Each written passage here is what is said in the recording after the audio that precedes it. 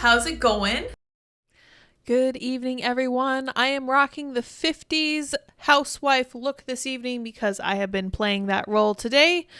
I got the exceedingly fun glucose test done earlier today. It takes hours out of your day, and you have to drink this bottle that's literally nothing but sugar. Like, it's actually designed to not be anything except sugar. So I looked it up, and it was 300 calories and 75 grams of straight up sugar.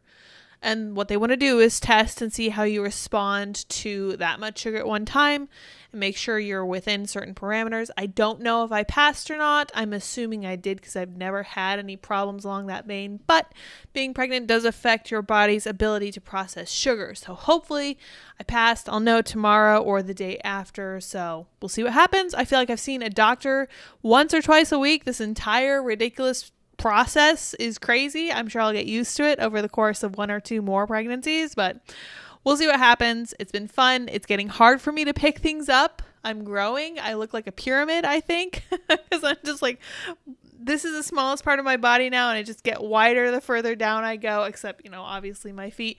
I need one of those things that picks stuff up off the floor, or I'm going to have to put Andy to work and or teach Dot to pick stuff up for me because it's getting harder, and I am definitely getting my squats in, but it's awesome. So this weekend, Andy and I went and saw Oppenheimer, which was really awesome. It is rated R, so not really family friendly, but it is super nuanced and sufficiently, I think that it's rated R appropriately because obviously you have scenes that children shouldn't be seeing until, they're over the age of 18, 21. But it's very,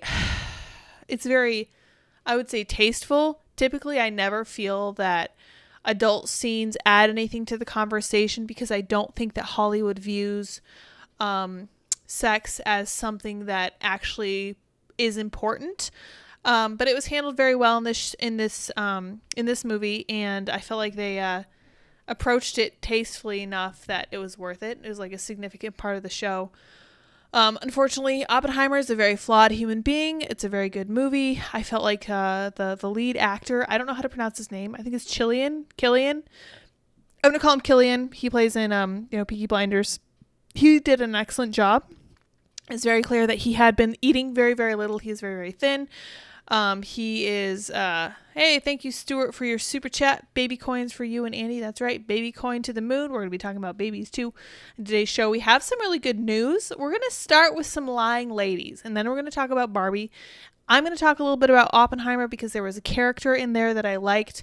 I appreciated that everyone was displayed as flawed humans. And for all their shortcomings, they were shown as incredibly important historical figures, and I really appreciated that.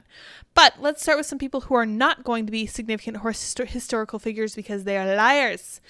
And this one here is Carly Russell. It was all fake. Carly Russell reveals she made up kidnapping and seeing a toddler on the side of the Alabama interstate after over a week of lies. Cops weigh up criminal charges for wasting police time. Now, when this first happened, there were a lot of people calling her Jussie Smollett, all this other stuff, and I was like, let's wait and see what happens. Then her boyfriend jumped in and started defending her, and her mom went on several different shows, and she's like, this really happened. We can't talk about it because of the ongoing investigation. You know how these things are. And I was like, someone is lying here.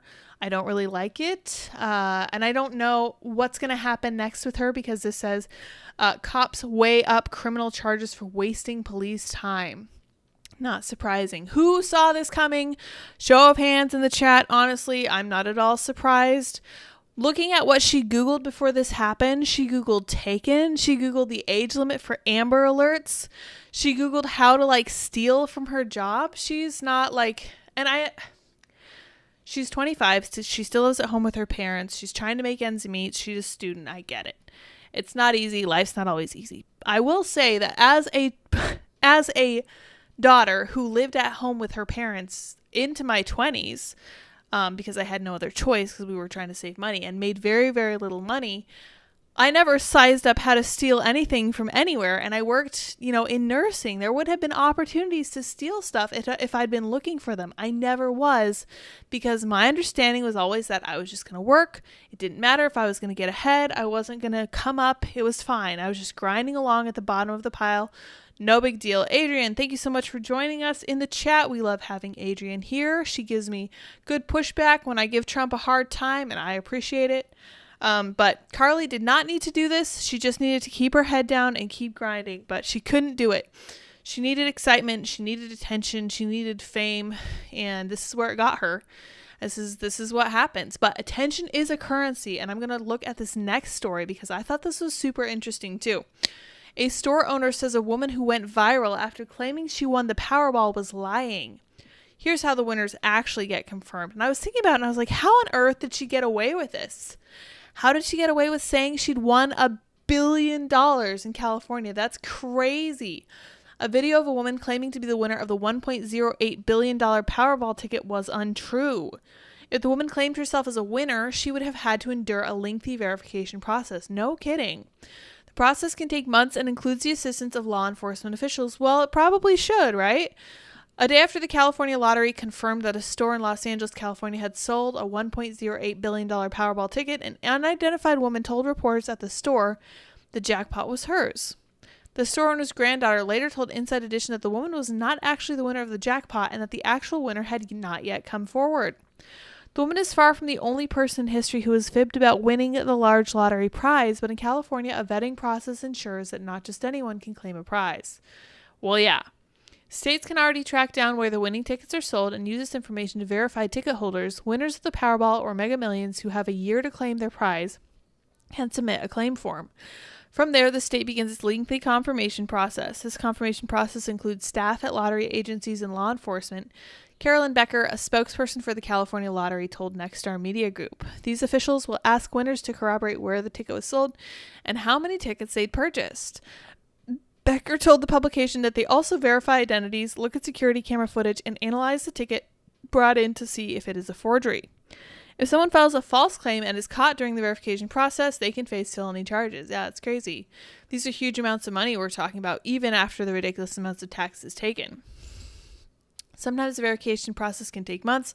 It took officials 3 months to verify Edwin Castro, who won the record-breaking $2.04 billion jackpot in February, as the actual prize winner. Castro is currently being sued by a man claiming he stole the jackpot. See? Okay, so I have always said this. I've said two things about the lottery. First, it's a tax on poor people, or it's a tax on stupid people, rather, because the people who are buying these tickets aren't wealthy, and they're never going to be because they're choosing to spend their money on stuff like the lottery. And I won't say this as a judgment. I'm just saying how I see it. I've never purchased a lottery ticket. I've never seen the value in it. Once you end up winning, if you do, if fate is on your side and you end up winning any amount of money, you need to go into hiding because people are going to come out of the woodwork to go after you and try to make sure that they're going to get their cut. They're going to get their pound of flesh. And it's crazy to me that this is something that people actually want. You know, as they say, more money, more problems. I know you guys have heard the song if you were around in the 90s, which I suspect most of you were. I don't think you want that much money, at least not in this fashion. But I just thought it was really interesting. These two different ladies lying about these two different stories. It's so clear that attention is such a currency right now. And victimhood more than anything in the Carly Russell story. Crazy. Had to be a victim, had to be kidnapped. It had to be a white man that did it. That I never believed. I was like, well, what are the odds that it was a white guy that abducted her?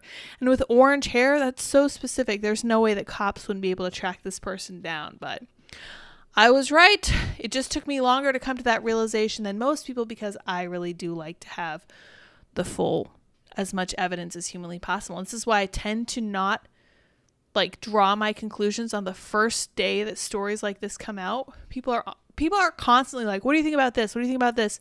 I'm like, it just happened today. I don't think anything about it. We won't think anything about any of these stories until we have as much information as humanly possible. Let's read the statement from her lawyer, though. Emery Anthony, attorney for Carly Russell, issues statement. My client's given me permission to make the following statement on her behalf. There was no kidnapping on July 13th, 2023. My client did not see a baby on the side of the road. My client did not leave the Hoover area when she was identified as a missing person. My client did not have any help in this incident, but this was a single act done by herself. My client was not with anyone or at any hotel during the time she was missing. My client apologizes for her actions to the community, the volunteers who were searching for her, to the Hoover Police Department and other agencies, as well as to her friends and family. We ask for your prayers for Carly as she addresses her issues and intends to move, understanding that she made a mistake. Carly again asks for your forgiveness and prayers. Well, I think that's a very fair request. I think she should certainly be prayed for. She's obviously got some stuff going on that she needs to handle, and I feel bad for her. She's young and full of potential, and she should not try to pursue attention this way. She should be trying to make herself better under her own power and try to not take advantage of other people. But it is what it is. All right, you guys, I have some cool news that I just found out about this evening as I was researching for tonight's show. Parents of unborn babies can get, to get massive tax credits under new GOP push to incentivize mothers to carry pregnancies to term. Sounds great to me. Let's read about it. I'm not sure where we are in this process. It's obviously not the case yet. A new child tax credit proposal from Republicans would include retroactive credits for the time of pregnancy after a mother gives birth. Legislation is part of the GOP's pro-life agenda after the overturn of Roe v. Wade. Great. Happy to see it. I'm always happy to see the GOP doing things. And it's a very low hurdle to clear. I just want them to do stuff. Like, if you're going to be pro-life, be pro-life. Push stuff like this and make it happen as much as possible. You might have to compromise a little bit to push it through. But if you're going to be conservative, be conservative. I know it's confusing. It's very difficult and hard to understand, but at the end of the day, this is what we need, right? If you think the left is up to no good, you need to offer a viable alternative, something that people will find appealing. And this is certainly sounds like one of those things. Representative Ashley Hinson is leading the effort to expand child tax credits to include characterizing the unborn as dependents. Indeed, they are. This baby is depending on me literally for its very survival right now. Like, the things that I eat are feeding it directly. Like, I don't even have to take the action of finding some source of food for it because everything that I take in goes directly to it. It's great. It's fantastic, but they are making life a little more difficult than it was before, which is fine. It's part of the deal. That's how it works. I get it, and I signed up for it, so I am in no way unhappy with it, but it is certainly a form of dependence, and that's okay. That's great. That's what children are supposed to do. You want to talk about true dependency? A child would be the actual first, foremost type of dependent that you could consider. And then after that would be aging parents and people who are unable to take care of themselves. In another push to protect unborn babies, Republicans are unveiling their own tax credit expansion to include retroactive benefits for the duration of a woman's pregnancy. The Providing for Life Act claims to overhaul the federal government's family care system and is being spearheaded by Representative Ashley Hinson from Iowa. A cornerstone of the new law is providing parents with the retroactive credits for unborn children. Legislation confirmed to dailymail.com, so this is very early in the process, right? We don't even really fully know very much about it. Would increase the refundable child tax credit from the current $2,000 per dependent to $3,500 for those under the age of 6 and $45 for those between the ages of 6 and 17. Parents would need to be employed to receive the credit under the Republican bill. I do like that. Personally, I also think that they should probably be married, but that's just me being super conservative, and I don't expect to be able to ask that much of the GOP. Under Hinson's proposal package, parents would become eligible for claiming the tax credit for the prior year during their pregnancy and also get access to the regular tax credit for the current year after their child is born. Very cool. I've never seen Representative Hinson before, so I hope that she does great things. The package would aim to address the U.S. maternity and paternity leave, very important, which critics say is far behind other developed nations. Now, that should be bipartisan, okay? This is something that Democrats whine about constantly, and honestly, I don't really blame them.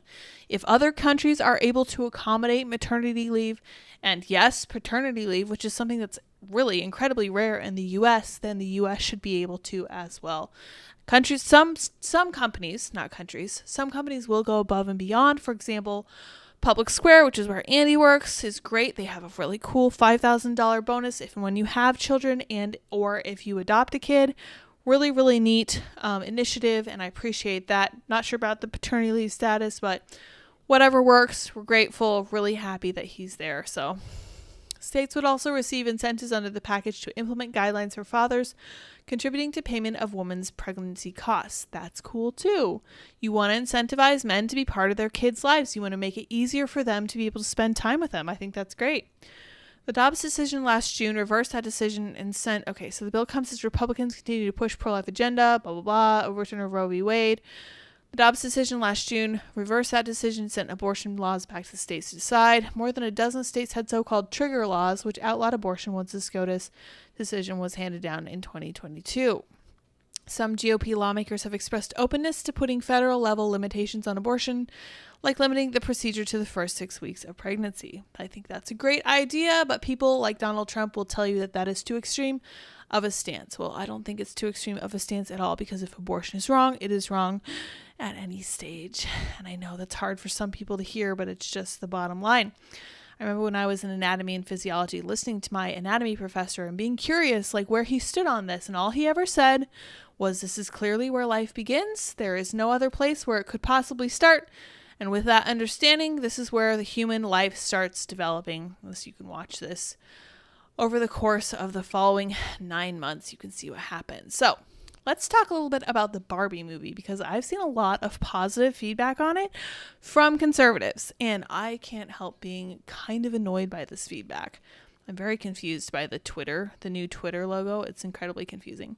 I had a very spicy take on this last night, and I will share it with you guys now. If you are willing to sign off on the rank misandry of Barbie because you have cute little girl memories of pink cars and high-heeled shoes, I don't know what to tell you except that you are not an ally in the fight against toxic femininity and feminism. That does sound harsh. I apologize for the harsh tone of that, but I mean it seriously. What they put into Barbie was toxic. And you know that mothers didn't explain to their daughters that this was wrong.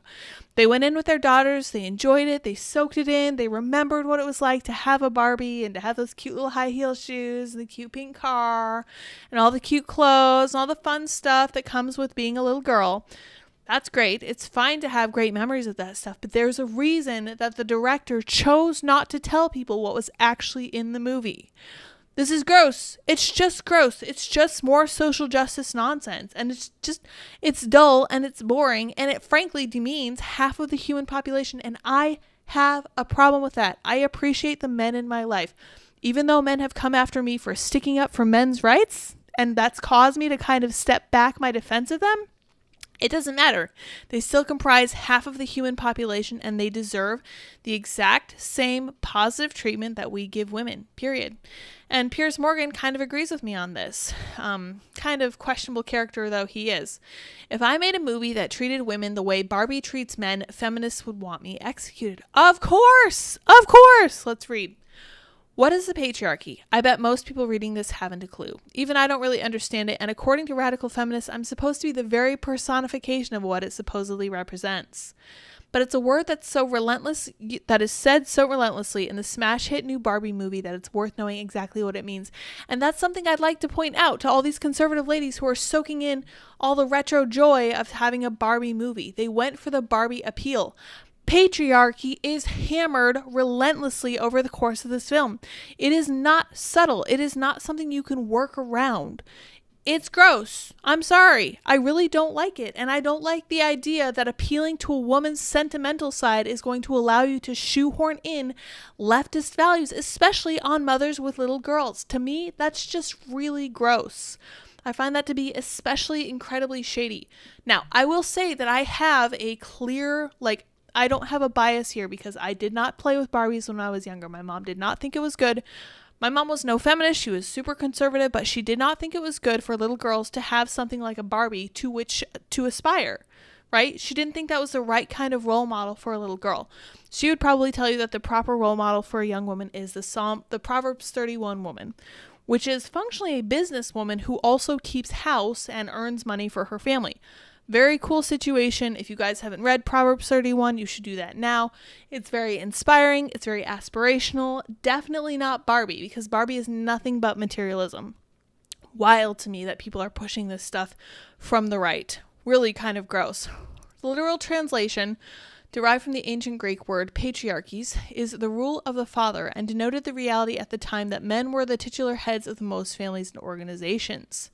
Stewart chimes in, fathers need to be there for the wives and newborns, so paternity pay is essential, absolutely 100%. Yeah, and fathers do so many positive things. I don't know if you guys follow Save Your Sons on Twitter and Instagram. He has a fantastic list of all the fantastic benefits that come from fathers being present in homes. Lower crime, lower poverty, increased self-esteem, increased grades, all these wonderful benefits just from having a dad there. Dads really matter, and they've been pushed out of the home by the welfare system in the Black community, which is a huge problem, and that definitely bears consideration, but paternity leave is a great place to start as well. But in recent times, the concept of the patriarchy has been hijacked and corrupted by feminazis who suggest that every aspect of life and society is dominated by powerful, privileged males over subjugated, underprivileged females, which is interesting because these feminists will also tell you at the same time that girls are unbelievable girl bosses. They can do whatever they want. They rule the world. Was the Beyonce song? I don't even know. Never listened to it. All about how girls run everything and how important they are. But they're also saying that women are subjugated and underprivileged. And I understand why they have to say this. This is because they've set up what's essentially a racket for themselves. It's basically like the charity model of ideology. You can't solve the problem because then you're out of work, right? You can't actually fix it because then you don't matter anymore. They need to matter because, as we were just talking about, attention is currency. They need attention. They need money. They need to pretend that they're victims because otherwise they don't matter at all. In short, men are evil oppressors, women are unimpeachable perfect victims, and anyone who dares challenge this notion is a disgusting misogynist. Barbie does nothing to dissuade anyone from this view. I would counter that Barbie does a lot to convince people that this is true 100% of the time with zero exceptions. The movie's clear message is that the only solution to this dreadful patriarchal state of affairs is for women to rule the world, and preferably to do so on their own, without horrible men to ruin the planet for them. It's a ridiculously misandrist message that's being rammed down the throats of literally tens of millions of people as Barbie smashes box office records around the world, with a $300 million opening weekend, even eclipsing Oppenheimer, Christopher Nolan's much vaunted blockbuster about the man who invented the atomic bomb. Forgive me if I don't join the widespread exclamations of unbridled joy at its unexpected success. I certainly would not either. It does seem like people are just going for the throwback, for the memories, for the little pink car, for the Barbie appeal, the high-heeled shoes. You know how it is. If you've ever been a young lady, you know there's a huge appeal to pink stuff. It's very, very important. There's a phase in every young lady's life where she's also probably, I think most young ladies, also very much into the concept of horses. I think it's very important. I have to own a horse. I have to be a horsewoman. I have to ride horses. Not sure why that is. That was certainly the case for me, especially because my aunt owned horses and we got to ride them together in the desert. Great memories there, but all young girls tend to fall into this group because there's like, it's almost like genders are different and young ladies like pink things, and it's very important that they have pink shoes, pink clothes, pink hairbands, just like I'm wearing right now. And what's really interesting to me was that the movie opens with this scene that's kind of a parody of Space Odyssey 2001, or whatever, 2001 A Space Odyssey, where the girls, the little cave girls, go out and they're smashing their baby dolls because they found something better, right? They're smashing the sign of maternity and family care in exchange for this vapid, super materialistic symbol, which is Barbie, with her nice high-heeled shoes and her cute little dress. And it's just such a sad trade. My mom was fine with us playing with baby dolls because she's like, well, that's a maternal thing to do. It's very important that, girls are able to act out this because if you leave a girl to their own devices, right? Just like if you leave a boy to their own devices. If you leave a girl to her own devices for long enough, she will find like a sack of flour and treat it like a baby. Whereas if you leave a boy to his own devices, he will find a stick and pretend that it's a weapon, right? And if he finds, for example, a baby doll, he will treat it like a victim of a war crime. Seriously, it's no joke. There are huge difference in the genders, but for whatever reason, the feminists keep pushing this idea that it's better for women to be second-rate men than it is to just be women. So they're telling you to not embrace who you are. They're telling you to pretend you are something that you're not. And I find that very fake, very vapid, very shallow, and I wish that conservative women weren't falling for it, like apparently they are. Now, we know that a lot of these writers and actors are on strike right now, which is very unfortunate because I, for one, was very much looking forward to the ridiculous new version of Snow White. However, let's look at what they're saying lately. These are two actresses from the movie, and they have a lot to say about Snow White itself. Clip of Disney's Snow White star Rachel Zegler dissing the 1937 film goes viral. She's not going to be saved by the prince. So this is more of the same feminist dreck that we saw in Barbie. And it's not interesting, okay? It's old. I am tired of being told that I should want to just be a knockoff man instead of a strong form of what I actually am, which is a woman. I wish that they taught things like household management, home economics, finances, and all that other stuff to women. That is important. That's essential. Your life doesn't run properly without those things. Once you have those tools under your belt, you can help your husband, you can help yourself, you can make everyone's life better. But no, they're going to cram you into this cookie cutter version of a second-rate male. I hate it. I'm so sick of it. And I'm especially sick of this Snow White thing because it's in the name. She's supposed to be whiter than driven snow. And I know they're trying to be inclusive or whatever, but they're literally going against the title of the story itself. And the story has held up for centuries. Like, it's one of the older stories to come from Germany, from my understanding. This is so gross. Zegler, who plays a Latina Snow White, dissed the original Disney animated classic movie in a red carpet interview last year that recently was unearthed and went viral following the publication of unauthorized photos from the movie set. I'm sure you guys have seen the pictures. They are not dwarves. They are not people who live with dwarfism. I think that's how we're referring to it now. I'm just going to use the old school term. We'll see what YouTube does with that. It's no longer 1937, the actress told Variety at last year's D23 Disney Fan Expo. She's not going to be saved by the prince. She's not going to be dreaming about true love. Instead, she's going to be a bargain basement man. She's dreaming about becoming the leader she knows she can be. These are male traits that they are pushing for women. Instead of being a supportive wife or a supportive woman or a strong, fearless mother or a nurturing woman, she has to be a strong leader. And Rachel goes on to say, the leader her late father told her that she could be if she was fearless, fair, brave, and true. And I would just like to highlight that she's again going back to what males are telling females to do. I gotta be honest. I really don't like the way that sounds as far as feminism goes. I just thought that was really ironic. Kind of interesting. Snow White, which is set to open in March 2024, is already generating significant blowback from an unflattering set photo showing the 7 dwarves are played by a multiracial, gender-diverse group of hipsters, all but one of whom are normal-sized. Last year, actor Peter Dinklage lambasted the idea of all 7 characters being dwarves, sending Disney scrambling to consult with members of the dwarfism community. So we have no idea. No one has any idea what to call it. Right? No one has any idea what to call these people. It's actually nonsense. What appeared to be a sly PR maneuver, Disney initially said the photos were fake, only to retract the statement hours later, admitting the images were real but unauthorized. Annoying. Yeah, here you go. Extremely appreciative, says Rachel Zegler, of the love I feel from those defending me online, but please don't tag me in the nonsensical discourse about my casting. Rachel, you are not fit for the part. I'm sorry.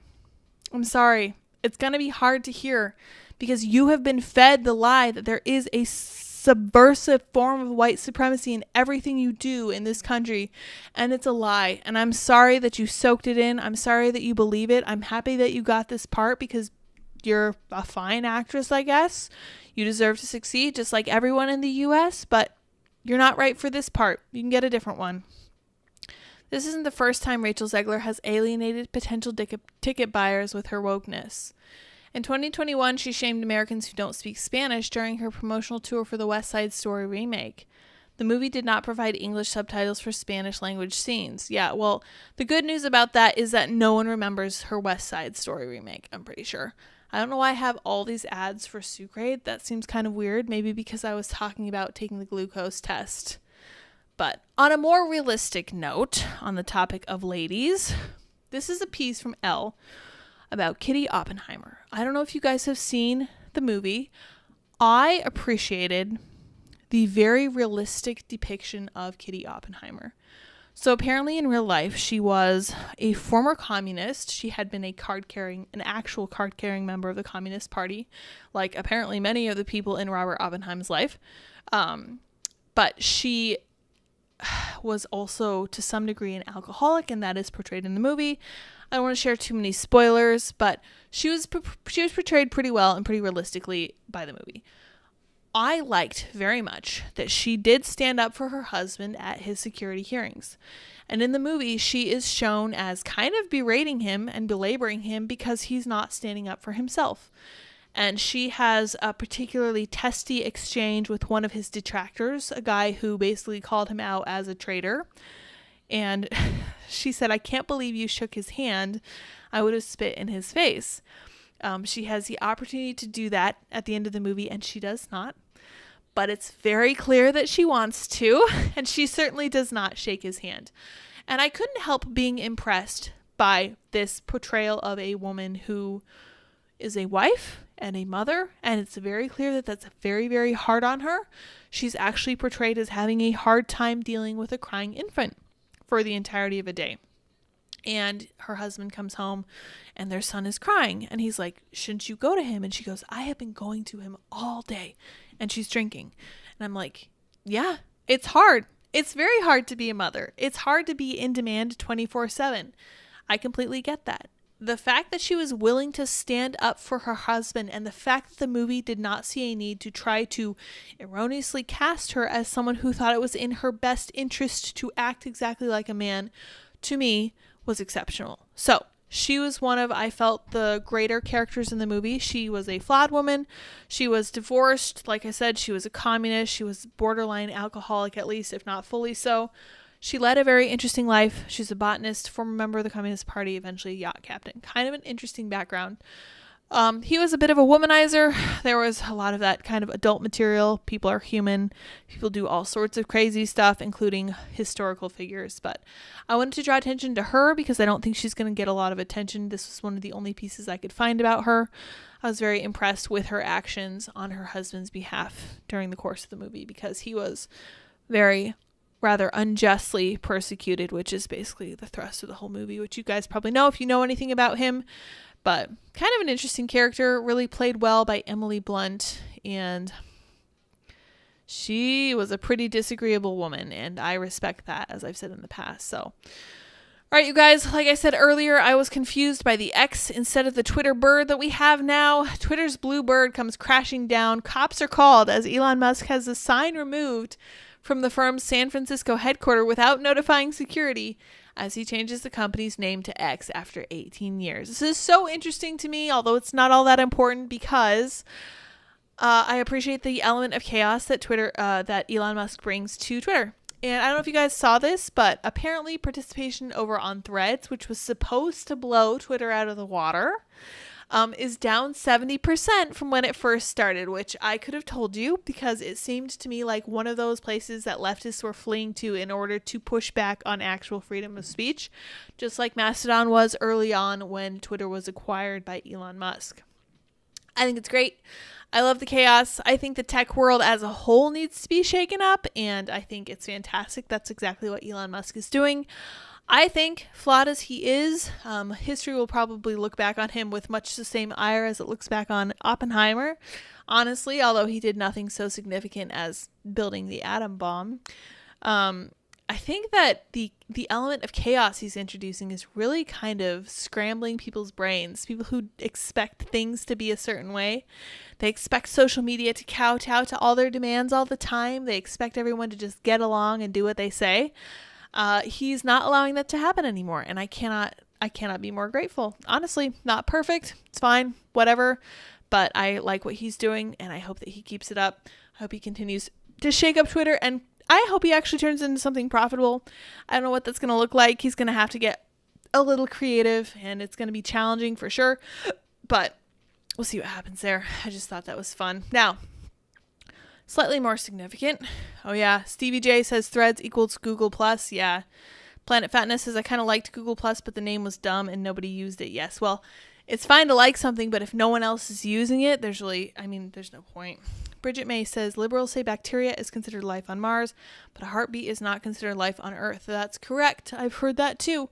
That's because their ideology is completely inconsistent. And this is why it didn't surprise me during the pandemic when leftists were immediately on the side of Big Pharma, because they don't have a consistent ideology. They don't believe in this actual objective truth.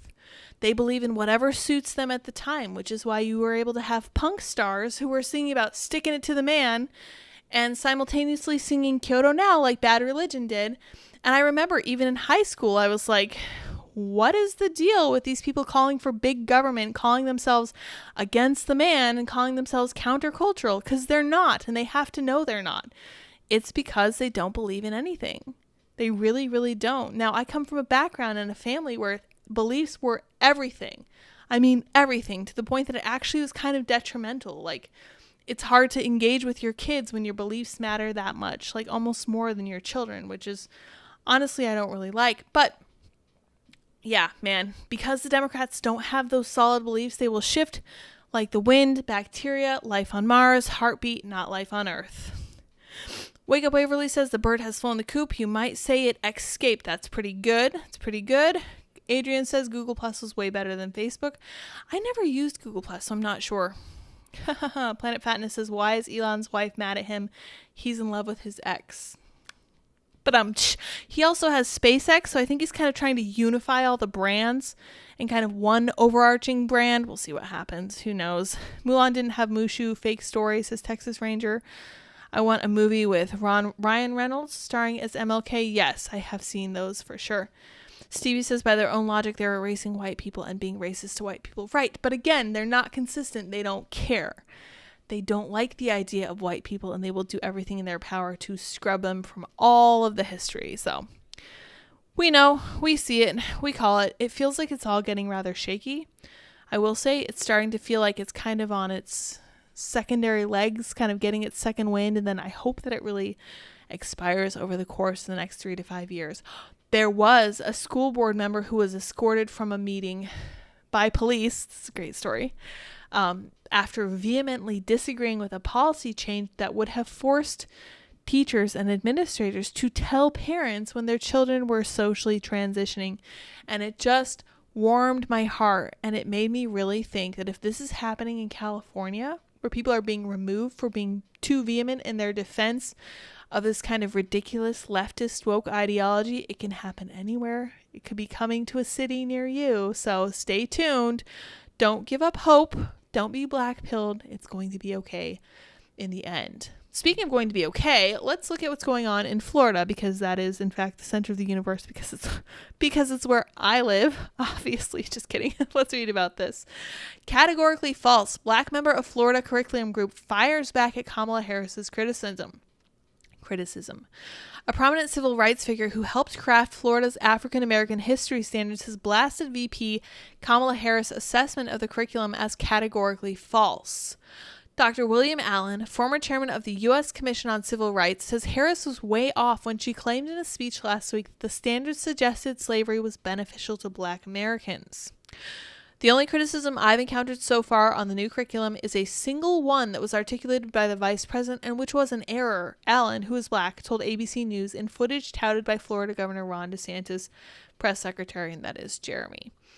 Let's see here. As I stated in my response to the vice president, it was categorically false. It was never said that slavery was beneficial to Africans, says Adams, who is on the working group that helps devise the curriculum. Florida Department of Education unveiled its revised instruction standards for the African American Studies last week. So, slavery was discussed something like almost 200 times over the course of this curriculum. One time, it never said slavery was beneficial to African Americans. One time it said some formerly enslaved African Americans learned skills from their captivity that led to success later in life.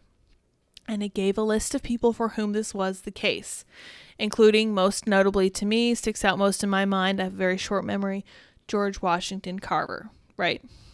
The state had previously rejected a pilot advanced placement course on African American studies because of concerns from the DeSantis administration about discussion of communism and authors who wrote about so-called critical race theory, among other gripes. These are significant concerns, and I'm very glad they're having this conversation. I hope that other states will follow suit. The term socially transitioning is effing demonic, says Adrian. Just hearing it gives me chills. Yes, 100%. And this is one of the things that people say, it's not a big deal. Don't worry about it. What do you mean grooming? They're not trying to, seduce children or anything. And I'm like, that's exactly what this is.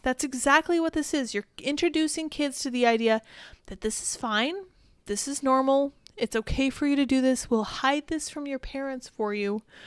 That is the essence of grooming. That is the definition of grooming, is indoctrinating children into an idea that is counter to what their families believe.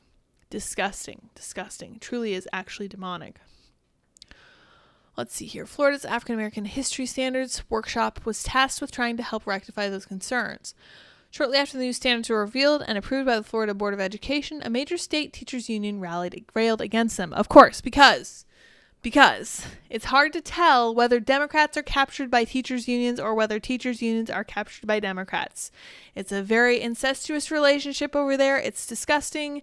And that is why our children are being shoved this stuff. This is why this is happening, okay? Because the teachers unions are hand in glove with the Democrats 24/7. This never changes.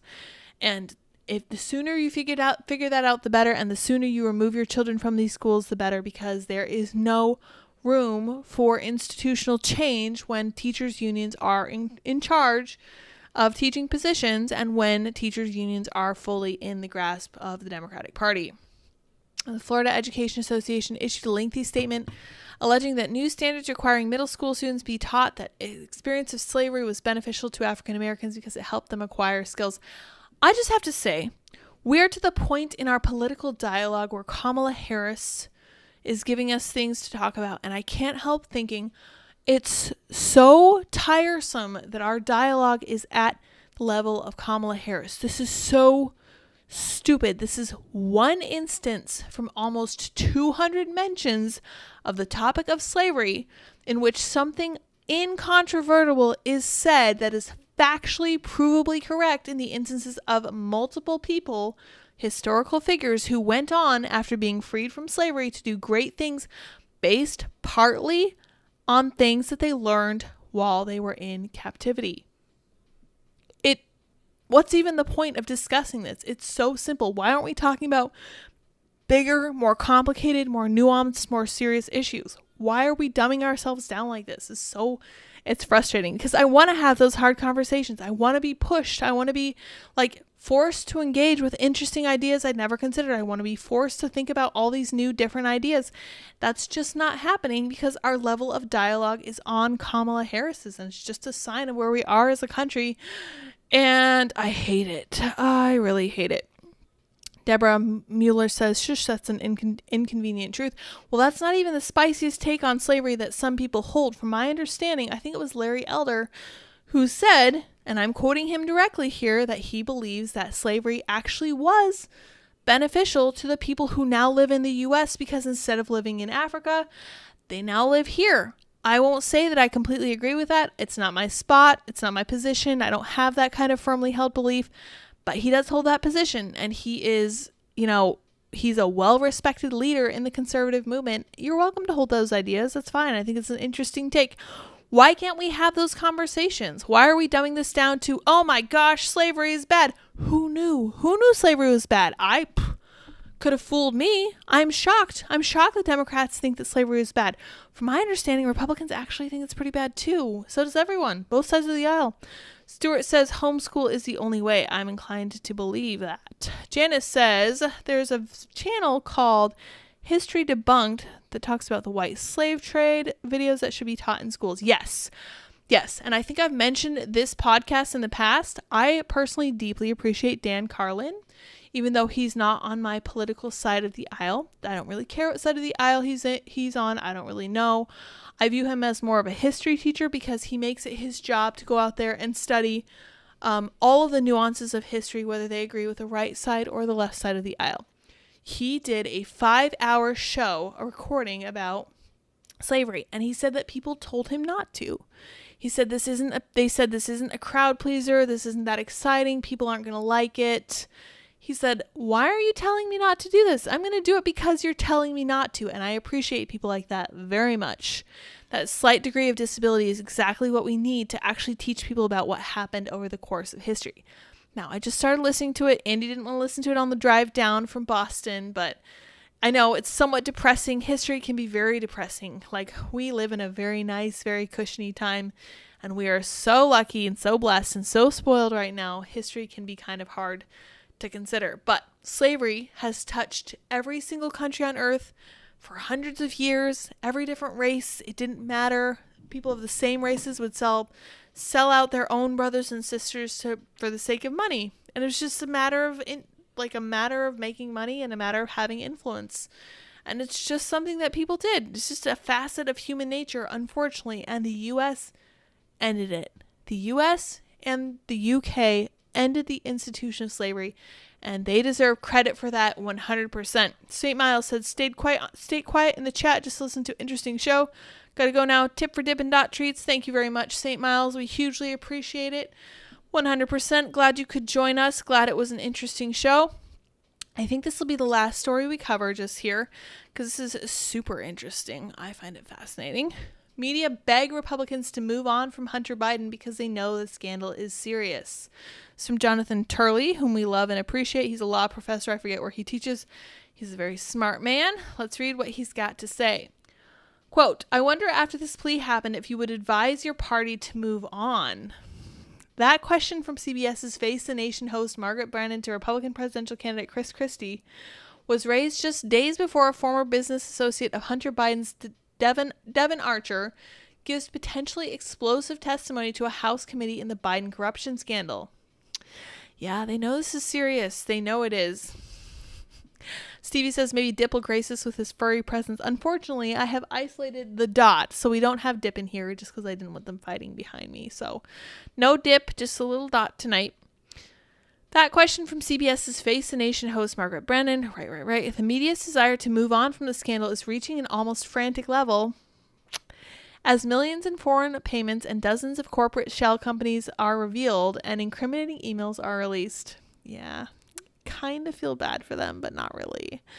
The same plaintiff demand was made in congressional hearings. What was the most striking about the last hearing involving two respected IRS whistleblowers was how Democrat members avoided virtually any specific questions. Yeah, they know they can't handle them.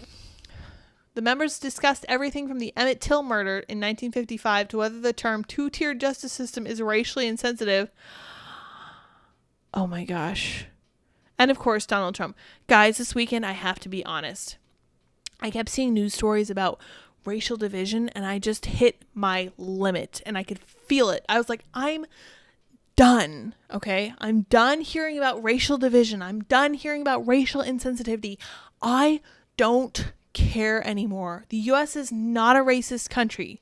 Whatever systemic problems we have apply to people pretty much as equally as humanly possible. And where they don't, it's not because of our history of whatever Democrats will tell you. I am sick of it. I'm really, really sick of it. Man. And I would love to talk to somebody who could convince me otherwise, but I just have such a hard time constantly hearing this drumbeat. I'm a terrible person. My ancestors are terrible people. Everyone I've ever known was a terrible person because they're white. Stop. Stop. Stop. I am not guilty for what happened 200 years ago. You are not guilty for what happened 200 years ago. You had no say in what happened then. Just like African Americans were not complicit in their slavery, not all white Americans, no, white Americans who live today were in no way complicit in what happened 200 years ago. And it's absolutely mind-bogglingly stupid to suggest that this is the case. They just want group guilt. They want group guilt. And just like feminism, it is an endless spiral that they have to keep pushing in order to maintain their status as victims and in order to maintain their fundraising status. It's ridiculous, but I digress. It was clear that the defense of the new evidence of corruption had left no room to maneuver for both Democrat politicians and the media. That's right, it's becoming incontrovertible. Any question would now trip a wire on the Bidens, so most avoid the allegations in favor of talking about Trump or other shiny objects. The only member who was unwise enough to venture into the allegations was Representative Dan Goldman, and the result was disastrous for the Democrats. Goldman bizarrely raised one of the most damaging news pieces of evidence in the investigation. I heard about this. It was wild. He asked about a lunch where Joe Biden came to say hello at the Four Seasons Hotel to a lunch that he was having with CEFC executives. So those are Hunter's business associates.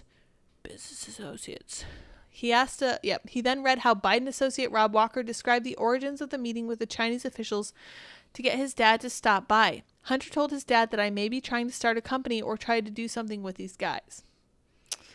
Yeah, that's right. Doesn't that sound like influence peddling to you, Dan? Apparently not. Dan's not the brightest bulb. He just comes from money. That's kind of how he got in his position. And he stepped in it hardcore. Goldman asked slyly, "Now let me ask you something. That doesn't sound much like Joe Biden was involved in whatever Hunter was doing with the CEFC. If Hunter Biden's telling him that he's trying to do business with them, does it?" That's when Shapley stated the obvious. No, it does show that he told his father that he was trying to do business. And Goldman finally saw the problem and cut him off with, "Okay, well, that is true that Hunter Biden does try to do business. That is correct.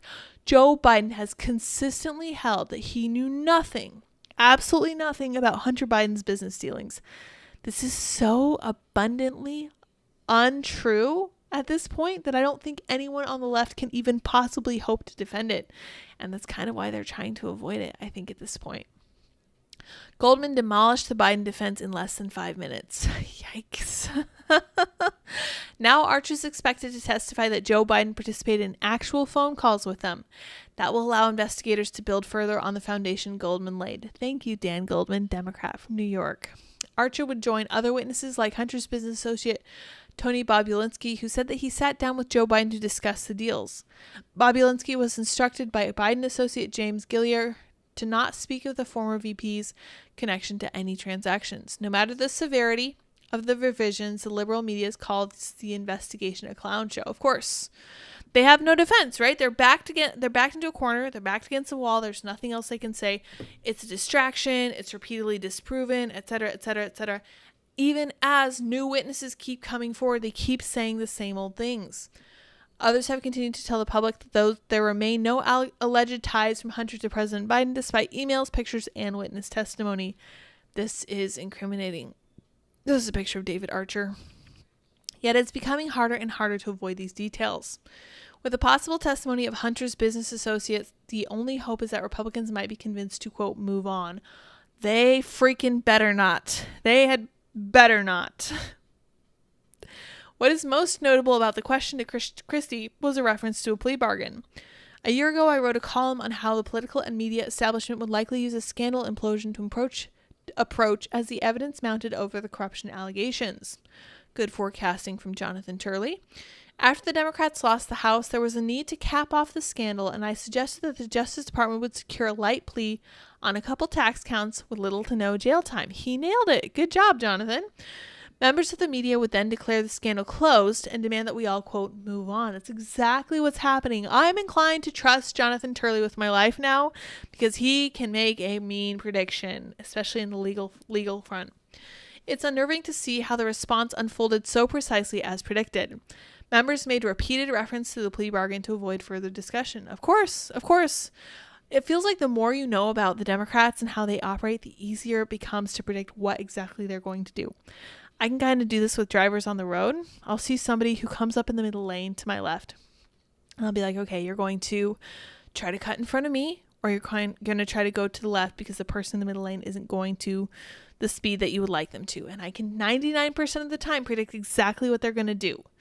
Most of the time, they're going to try to cut in front of me. Sometimes they'll slow down a little bit so they can stay in the middle lane and then cut to the left. But I kind of know how they work. This is kind of how Jonathan Turley is handling this.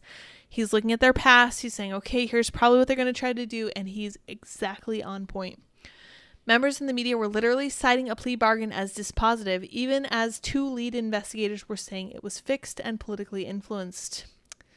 I don't know what dispositive means. Let's look that up. Define dispositive. Legal. A dispositive fact is a fact that, if proven with necessary certainty, resolves a legal dispute on its own. Okay.